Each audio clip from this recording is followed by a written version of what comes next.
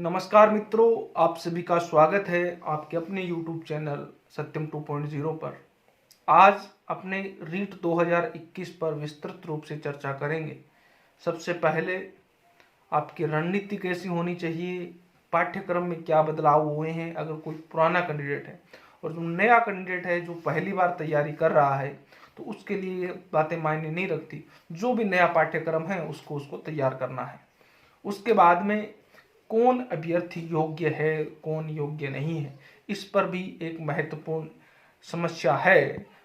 क्योंकि आज ही मेरे पास 2-3 कॉल आए, जो कुछ कैंडिडेट है जो फॉर्म अप्लाई करने के लिए मित्र के पास गए तो उन्होंने मना कर दिया कि आपको 50% जरूरी है, जबकि 2011 से पहले की अगर आपकी ग्रेजुएशन में एडमिशन है तो आपकी ये बाध्यता नहीं रखता है। और अगर आपका 1 वर्षीय डिप्लोमा है बीएड का तो आप 45% में भी योग्य हैं। जनरल के लिए मैं बात कर रहा हूं।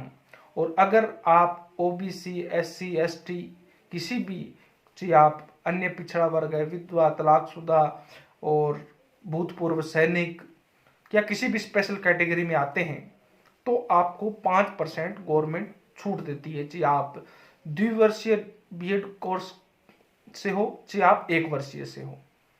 और अगर आप 1 वर्षीय से हैं तो 5% ऑलरेडी आपको वैसे ही छूट है। अगर आप 2 वर्षीय बीएड कोर्स से हो, फिर भी अगर आप ओबीसी, एससी, एसटी से आते हैं तो आपको 5% की छूट है। इस बात को ध्यान में रखें, ये बिल्कुल क्लियर है और नोटिफिकेशन में भी स्पष्ट रूप से लिखा हुआ है भी आपका जुलाई 2011 से पहले का एडमिशन है तो आप पर ये बाध्यताएं लागू नहीं होती है, ये लिखा हुआ है। नोट डाल के एक स्पष्ट रूप से लिखा हुआ है कि आप अनुसूचित जाति, जनजाति, एमबीसी, ईडब्ल्यूएस, विशेष योग्य जन, विधवा, तलाकशुदा, किसी भी स्पेशल कैटेगरी से आते हैं तो आपको 5% की छूट है। तो अगर आपके 45% से ज़्यादा है तो आपको किसी भी प्रकार से डरने की जरूरत नहीं है। आपका फॉर्म अप्लाई कर सकते हैं, आपका सिलेक्शन हो सकता है। दूसरा रहता है जो अपीयरिंग में है, जो चाहे आप बीएड अपीयरिंग में है चाहे आप एसटीसी अपीयरिंग में है, जिनको 1 साल के लिए तो प्रमोट कर दिया गया है जबकि उनके एग्जाम नहीं हुए हैं और दूसरा साल उनका भी चल रहा है, तो वो अभ्यर्थी बहुत कंफ्यूजन में भी हम फॉर्म अप्लाई कर सकते हैं या नहीं कर सकते। तो पहला उनका आंसर है कि आप फॉर्म अप्लाई कर सकते हैं। अब दूसरा, क्या हमें लास्ट तक कब तक ज्वाइनिंग, क्योंकि रीट के नोटिफिकेशन में लिखा हुआ है भी आपके रीट के फॉर्म भरने तक आपके पास डिग्रियां होनी चाहिए, जबकि ऐसा कुछ नहीं है। आप फॉर्म अप्लाई कर सकते हैं, रीट के रिजल्ट तक आपका बीएड का रिजल्ट आ जाता है तो बहुत बढ़िया है। अगर रीट का रिजल्ट के बाद नहीं आता है फिर भी आप कोर्ट के सहारे नियुक्ति ले सकते हैं। आपका रिजल्ट जो रीट के फॉर्म भरने के बाद रीट का पेपर होना है, उसके बाद रीट का रिजल्ट आएगा। रिजल्ट आने के बाद में बीकानेर निदेशालय ग्रेड 3 भर्ती के लिए एक अलग से नोटिफिकेशन जारी करेगा जिसमें सीटों का विवरण होता है, कौन से पद के लिए आप अप्लाई कर रहे हैं, वहां आपके ग्रेजुएशन के नंबर जोड़े जाते हैं। वो जब नोटिफिकेशन निकलेगा उस नोटिफिकेशन की लास्ट डेट तक भी अगर आपके पास आपकी बीएड या एसटीसी कंप्लीट हो जाती है फिर भी आपको ज्वाइनिंग मिलती है। और ये पिछले कई सालों में हुआ है। ऐसा भी अगर कोई अभ्यर्थी होता है और उसको लगता है भी हाँ मेरे पास सब डिग्रियां हैं, तो वो आराम से अपने मन से तैयारी करें। और लगभग जो भी अपीयरिंग स्टूडेंट है वो मन से तैयारी करें, क्योंकि पिछली भर्ती में भी हजारों की संख्या में अपीयरिंग स्टूडेंट ने पेपर दिया था और हजारों की संख्या में भी लगे भी थे। अब बात करते हैं सिलेबस में क्या चेंजेस हुए हैं। उनके लिए अपने सिलेबस की पीडीएफ के साथ मैं आपको बताऊंगा, इसलिए चलते हैं सिलेबस की पीडीएफ की तरफ। दोस्तों आप देख सकते हैं ये डिटेल में नोटिफिकेशन है रीट 2021 राजस्थान अध्यापक पात्रता परीक्षा। तो इसमें आप देख सकते हैं ये आवेदन की डेट है, 11 तारीख से आवेदन शुरू हुए हैं और लास्ट डेट आपकी 4 फरवरी है। तो 4 फरवरी तक आपको ये फॉर्म भरना है। 8 तारीख है चालान जमा कराने की डेट जो है वो 4 फरवरी है। 2 स्तर होते हैं, लेवल 1 और लेवल 2। लेवल 1 का पेपर 25 अप्रैल को 10 बजे से 12:30 बजे होगा और लेवल 2 लेवल 1 का पेपर है जो 2:30 बजे से 5 बजे के बीच में होगा। ये सब ऑनलाइन का प्रोसेस बताया हुआ है कैसे आपको करना है। फीस जो है वो एक परीक्षा आप देते हैं लेवल 1 या 2 तो 550 रुपये, और दोनों स्तर की परीक्षा देते हैं तो 750 रुपये है। अब अपने मेन रूप से शैक्षणिक योग्यता पे आते हैं, तो ये सब लिखे हुए हैं कि न्यूनतम 50% अंकों के साथ आपको उच्चतर माध्यमिक या इसके प्रारंभिक शिक्षा शास्त्र के द्विवर्षीय डिप्लोमा आपको होना चाहिए। और उसके लिए दूसरा है 45% के साथ द्विवर्षीय डिप्लोमा। फिर उसके अंदर आपको एक क्या है, जो राष्ट्रीय अध्यापक शिक्षा परिषद मान्यता मानक और क्रियाविधि विनियम 2002 के अनुसार प्राप्त किया है। तो ये दूसरा 45% के साथ जो आपका डिप्लोमा है वो है। और स्नातक वाला आपको दिया ही हुआ है 8 तक, 6 से 8 वाले में आप देख सकते हैं स्नातक और प्रारंभिक शिक्षा में द्विवर्षीय डिप्लोमा 50% अंकों के साथ, और 45% के साथ बीएड 1 साल वाली। लेकिन नीचे नीचे जब आप जाएंगे तो आपको एक नोट लिखेगा, ये देखो आप देख सकते हैं यहाँ पर नोट लगा हुआ है। इसमें आप देख सकते हैं अनुसूचित जाति, अनुसूचित जनजाति, अन्य पिछड़ा वर्ग, एमबीसी, ईडब्ल्यूएस, विशेष योग्यजन, विधवा, तलाकशुदा महिला अभ्यर्थियों को निर्धारित शैक्षणिक योग्यता के अंकों में 5% की छूट दी जाती है। तो आप ये चीज़ देख सकते हैं। और एक नोटिफिक और भी है इसके अंदर जो मैंने आपको बताया था कि 2000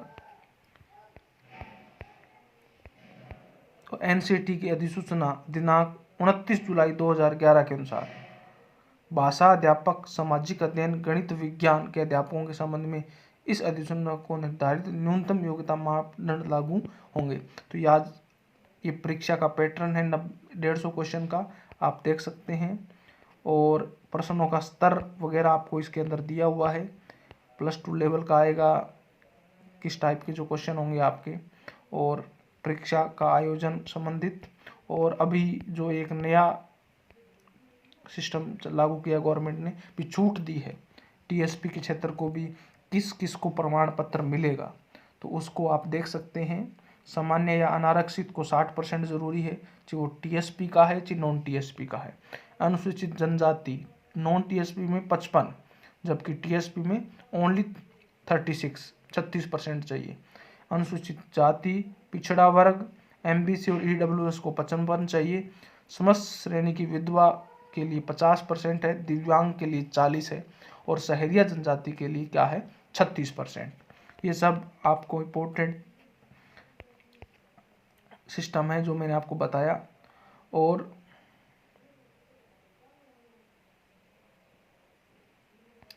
अब अपनी बात करते हैं सिलेबस पर। चलो सिलेबस की तरफ अपने भाषा से शुरू करते हैं। तो सबसे पहले हिंदी भाषा की बात करें, रीट लेवल फर्स्ट के अंदर तो कुछ हटाया गया है, जैसे तत् शब्द ज्ञान, तत्सम, तद्भव, देशज जैसी शब्द, एकार्थी शब्द। और जुड़ा क्या है, वाक्यांश के लिए एक शब्द, शब्दार्थ, शब्द शुद्धि और विराम चिन्ह है। रीट लेवल सेकंड के अंदर कुछ भी नहीं हटा है, जबकि वाक्यांश के लिए एक शब्द, शब्द शुद्धि, विराम चिन्ह और राजस्थानी शब्दों के लिए हिंदी रूप, ये शब्द ये जो है वो रीट लेवल 2 के अंदर जुड़ा है। संस्कृत की बात करें तो कुछ भी नहीं हटाया गया है लेवल 1 और लेवल 2 के अंदर। और लेवल 1 के अंदर संख्या ज्ञानम और समय ज्ञानम ये टॉपिक जोड़ा गया है, और लेवल 2 के अंदर संख्या ज्ञानम, समय ज्ञानम, महेश्वर सूत्राणी प्रश्न और अलंकार संबंधित प्रश्न जोड़े गए हैं।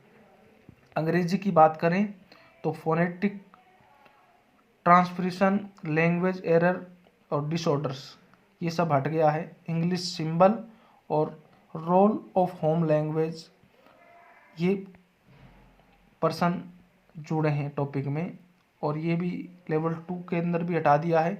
और इंग्लिश सिंबल्स और रोल ऑफ होम लैंग्वेज, मल्टीलिजियम ये जुड़ा है। अब बात करते हैं अपने लेवल फर्स्ट के अंदर गणित के अंदर, तो कुछ भी नहीं हटा है। आंकड़ों का प्रबंधन ये जुड़ा है। और लेवल फर्स्ट के अंदर पर्यावरण अध्ययन की बात करें तो खरीफ रबी की फसलों की जानकारी, पदार्थ, ऊर्जा, संपूर्ण इकाइयाँ, राजस्थान के नवीनीकरण, अनवीनीकरण संसाधन, ये सब मौसम, जलवायु, जलचक्र ये हटे हैं।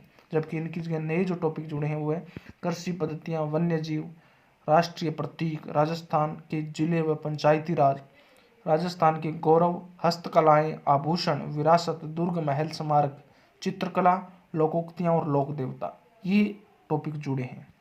रीट लेवल फर्स्ट पर्यावरण अध्ययन के अंदर कुछ नया जुड़ा है, वो है राजस्थान यातायात के संकेत, जल के गुण, स्रोत प्रबंधन, राजस्थान में कलात्मक जल स्रोत, पेयजल सिंचाई स्रोत, हमारी पृथ्वी, अंतरिक्ष, सौर परिवार, भारत के अंतरिक्ष यात्री, पर्वतारोहण में कठिनाइयां, काम आने वाले औजार, भारत की प्रमुख महिला पर्वतारोही और प्रावण शिक्षा शास्त्र, सूचना एवं संचार प्रौद्योगिकी, ये टॉपिक जुड़े हैं। रीट लेवल सेकंड गणित की बात करें तो साझा जो टॉपिक था वो हटा दिया है। भिन्न समतलीय आकृतियां, बहुभुज, समतलीय आकृतियों का परिमाप और प्रायिकता, ये जुड़े हैं। और विज्ञान के अंदर गति और चाल के जो टॉपिक था वो हट गया। सजीव एवं निर्जीव परिचय, अंतर लक्षण, भोजन के स्रोत, पौधों के विभिन्न प्रकार एवं भाग, यांत्रिकी कार्य, वायुमंडलीय दाब, घूर्णन गति, उत्प्लावन बल, ताप एवं ऊष्मा, तापमापी, प्रकाश एवं ध्वनि में, गोलीय दर्पण में प्रतिबिंब बनाना, प्रकाश का अपवर्तन, लेंस एवं लेंस से, पहले दर्पण था अब लेंस भी है इसके अंदर, प्रतिबिंब का निर्माण, ये जुड़े हैं। और कुछ विद्युत व चुंबकत्व, विद्युत धारा, विद्युत परिपथ, विद्युत धारा के ऊष्मीय, चुंबकीय, रासायनिक प्रभाव, चुंबक एवं चुंबकत्व, विज्ञान एवं प्रौद्योगिकी के अंदर प्लास्टिक और पर्यावरण, पदार्थ की संरचना में भौतिक एवं रासायनिक परिवर्तन, विज्ञान शिक्षा शास्त्र, प्राकृतिक संसाधन, पर्यावरण, प्रदूषण में नियंत्रण, जैविक विविधता, अनुकूलन, कचरा प्रबंधन, कृषि प्रबंधन, कृषि पद्धतियां और राजस्थान में उगाई जाने वाली प्रमुख फसलें, ये टॉपिक जोड़े गए हैं। अब बात करते हैं प्राचीन एसएसटी की। तो इतिहास के अंदर भारतीय समाज, विशेषताएं, परिवार, विवाह, लैंगिक संवेदनशीलता, ग्रामीण जीवन व शहरीकरण, मौर्य एवं गुप्त साम्राज्य, बाहरी विश्व से भारत का सांस्कृतिक संबंध, ये टॉपिक हट गए हैं। उसके जैन व बौद्ध धर्म, महाजनपद काल और बृहत्तर भारत, ये टॉपिक जुड़े हैं। उसके बाद में मध्यकालीन व आधुनिक इतिहास के अंदर मध्यकालीन सामाजिक, आर्थिक व सांस्कृतिक दशा, ये हट गया और भारतीय राष्ट्रीय आंदोलन 1885 से 1947 तक, पहले था 1919 से 1947 तक था। ठीक है, इसके बाद में अपने बात करते हैं इतिहास, कला एवं संस्कृति में। तो राजस्थान में स्वतंत्रता आंदोलन, पर्यटन, विरासत का संरक्षण, ये हटे हैं। जबकि प्रमुख राजवंशों का इतिहास, 1857 की क्रांति में राजस्थान का योगदान, राजस्थान में प्रजामंडल, जनजाति व किसान आंदोलन, राजस्थान के प्रमुख व्यक्तित्व, राजस्थान की कला व संस्कृति, स्मारक, चित्रकला, लोक नृत्य, लोक नाट्य, लोक देवता, लोक संत, लोक संगीत, संगीत वाद्य यंत्र, स्थापत्य कला, वेशभूषा, आभूषण और भाषाएं, ये टॉपिक जोड़े गए हैं। भारतीय संविधान में धर्मनिरपेक्षता हटा है। भारतीय संविधान का निर्माण, विशेषताएं, बाल अधिकार, बाल संरक्षण, लोकतंत्र में निर्वाचन व मतदाता जागरूकता, सरकार गठन व कार्य, राजस्थान के विशेष संदर्भ में जिला प्रशासन व न्याय व्यवस्था। भूगोल की बात करें तो प्रकृति के प्रमुख घटक, स्थल, जलमंडल, वायुमंडल, चट्टानों के प्रकार, पृथ्वी के सतह, परिवर्तनकारी आंतरिक व बाह्य शक्तियां, संसाधन व विकास में संसाधनों के प्रकार, संसाधन संरक्षण, मृदा, खनिज और ऊर्जा संसाधन, कृषि, उद्योग व मानव संसाधन, ये हटे हैं। जबकि पृथ्वी में हमारा पर्यावरण, अक्षांश, देशांतर, पृथ्वी की गतियां, वायु दाब, पवने, चक्रवात, पत्ती चक्रवात, सूर्य ग्रहण, चंद्र ग्रहण, पृथ्वी के प्रमुख जलवायु कटिबंध, जैव मंडल, पर्यावरणीय समस्याओं में समाधान। भारत का भूगोल में जन सुविधाएं, ये सब टॉपिक हटाए, मृदा, खनिज और मानव संसाधन। इसी के साथ राजस्थान का भूगोल में जलवायु, अफवाह प्रणाली, झीलें, नदियां, परियोजनाएं, नहरें, मृदा, वन, वन्यजीव और पर्यटन स्थल। जबकि अर्थशास्त्र का एक नया टॉपिक जोड़ा गया जिसमें बीमा, बैंकिंग प्रणाली, बीमा एवं बैंक के प्रकार, भारतीय रिजर्व बैंक एवं उसके कार्य, सहकारिता, उपभोक्ता व जागरूकता, ये टॉपिक जोड़े जाते हैं। शिक्षा शास्त्रीय मुद्दे में सूचना एवं संचार प्रौद्योगिकी, सीखने की प्रतिफल, ये जुड़ा है। तो ओके दोस्तों, ये थे महत्वपूर्ण टॉपिक जो जुड़े हैं, जो हटे हैं। लेकिन दोस्तों आपको मैं एक बात बता दूं, ये टॉपिक किस तरीके से जो सिलेबस चेंज हुआ है वो राजस्थान की बोर्ड की किताबों को देखते हुए है। पहले ये जो सिलेबस था ये पहले एनसीटी द्वारा निर्धारित सिलेबस था जिसमें किताबों में संशोधन होता गया, नई किताबें आई और अब जो किताबें चल रही है उसके अकॉर्डिंग आप देखोगे तो टॉपिक जो नाम है वो एज इट इज़ आपको 6 से 10 की किताबों में और कुछ जो है वो 11-12 की किताबों में सेम टू सेम टॉपिक मिल जाएगा। इसलिए अपनी तैयारी को बेहतर बनाने के लिए राजस्थान माध्यमिक शिक्षा बोर्ड की किताबों को पढ़ें।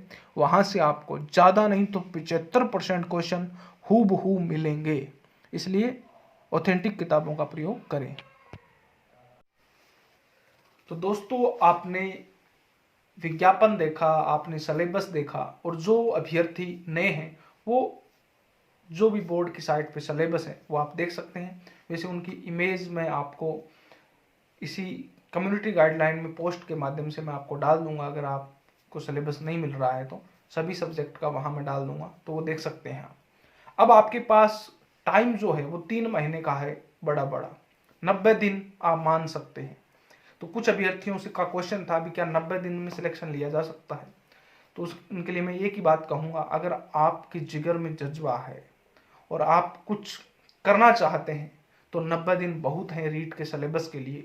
और कुछ एसएसटी के अभ्यर्थी ये भी कह रहे थे भी ये तो आईएएस का सिलेबस दे दिया। तो दोस्तों, सिलेबस में टॉपिक को अगर आप देखोगे तो हो सकते हैं आईएएस वाले मिले, लेकिन उन टॉपिकों के नाम देखिए। आपकी एसएसटी की 6, 7, 8 की बुक के जो चैप्टर के नाम है वो सेम टू सेम मिलेंगे आपको। तो आप अपनी तैयारी में जो मेन हथियार है वो राजस्थान बोर्ड की किताबों को मानिए और उनको पढ़िए, गाइड का उपयोग करिए, लेकिन उससे पहले आप माध्यमिक शिक्षा बोर्ड की किताब का रिवीजन 2 बार अवश्य करें। आपको आपके जो मार्किंग है उसमें फर्क पता चल जाएगा। हिंदी के लिए आप रचना प्रबोध जो 9 से 12 की किताब आती है उसका उपयोग करें। संस्कृत के लिए भी जो 11-12 की बुक आती है जिसमें व्याकरण के टॉपिक रहते हैं उसका प्रयोग करिए। इंग्लिश के लिए भी आप किसी भी ऑथेंटिक की बुक का उपयोग कीजिए, चाहे लुसेंट है चाहे कोई और किताब है। और अपने शॉर्ट नोट्स का उपयोग करें, शॉर्ट नोट्स जरूर बनाएं। कई ये सोचते हैं नहीं टाइम खराब होता है। दोस्तों, टाइम नहीं, आपके टाइम की बचत होती है। आप 2 महीने लगातार या 3 महीने आप पढ़ते हो तो उस 3 महीने के दौरान आपने क्या पढ़ा उसका सार जब आप लिखते हो तो लास्ट एग्जाम के टाइम में आपको सारी किताबें उठाने की जरूरत नहीं पड़ती। आप उन शॉर्ट नोट्स को देख के पूरा रिवीजन कर लेते हैं। तो उस रिवीजन के लिए शॉर्ट नोट्स जरूर बनाएं। मैथ साइंस वाले अभ्यर्थी जो साइंस के हैं वो मैथ पर फोकस करें और जो मैथ के हैं वो साइंस पर फोकस करें, लेकिन इस फोकस के चक्कर में अपने सब्जेक्ट को छोड़िएगा मत। मेरे कहने का मतलब ये है, जो मैथ वाले हैं वो रेगुलर में मैथ को जरूर पढ़िएगा। ऐसे नहीं हो कि जो 30 नंबर आप अपने मान के चल रहे हैं उसमें से कम हो जाए। इसलिए जो आपका सब्जेक्ट है उसके साथ साथ दूसरे सब्जेक्ट की तैयारी करना ही समझदारी की बात है। अब रही टीचिंग मेथड की बात, तो सर्वोत्तम क्लासेज के शंकर चौधरी सर हैं जो ऑलरेडी अभी प्रिंसिपल की पोस्ट पर हैं। राजकीय सेवा में काफ़ी बड़ा अनुभव है उनको। उन्होंने शिक्षण विधियों के नोट्स बुक डाल रखी है, तो वो बुक आप खरीद सकते हैं शिक्षण विधियों के लिए। बहुत बार मेरे से बच्चे पूछते हैं। और साइकोलॉजी के लिए आप डॉक्टर लकी ओझा मैडम की बुक ले सकते हैं, आर के वैष्णव सर के ले सकते हैं। लकी ओझा मैडम ने अभी एक ऑब्जेक्टिव बुक भी डाल दी है, हेराल्ड पब्लिकेशन की है और एक आरडी पब्लिकेशन की है शायद। तो आप उन बुक का भी सहारा ले सकते हैं। हिंदी और सब्जेक्ट के लिए मैंने बता दिया है। एसएसटी और साइंस के लिए विशेषकर माध्यमिक शिक्षा बोर्ड की किताबों का उपयोग करें। इसके साथ साथ कौन सा सब्जेक्ट कैसे पढ़ना है सब्जेक्ट वाइज मैं वीडियो और लेके आऊँगा। तब तक सभी के लिए अग्रिम शुभकामनाएं। आप रीट फतेह करेंगे और जल्द आप भी एक गवर्नमेंट जॉब में होंगे। इसी शुभ आशीष और शुभकामना के साथ जय हिंद, जय भारत।